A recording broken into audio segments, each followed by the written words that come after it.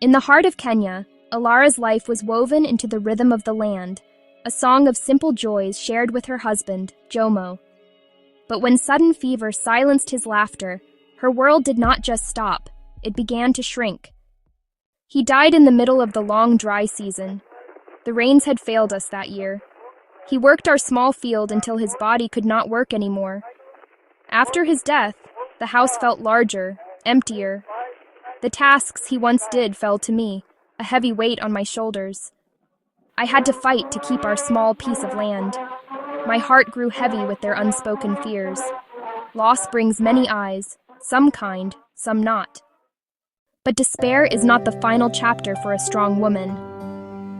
Hope arrived in the form of a women's collective, speaking of legal rights and the power of unity. Elara found a voice in their shared struggle, realizing the law was on her side, if only she was brave enough to claim it. The ache in her chest began to quiet, replaced by a flicker of resolve. A busy hand, she learned, makes a hopeful heart. After my husband died, some said a widow should sit quietly. But I chose small acts of defiance, like wearing a bright blue scarf, a color he loved.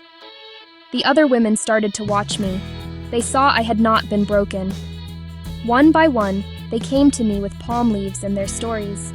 We sat together, weaving our hope and resilience into the fibers of the baskets. This is not defiance. This is justice. The land feeds my children. My voice is for all who have suffered in silence. I will not let their futures be taken from me. At the market, our baskets became proof that we could survive. I was no longer just a grieving widow. I was a craftswoman, a business owner. Our hands were busy, and our hearts were a little less heavy. The victory was hard won, but it was hers. Her courage transformed her land and herself. With the collective's help, she flourished. She did not just take back her farm, she took back her future and became a beacon for every woman told she was powerless. Her harvest was not just of maize, but of dignity.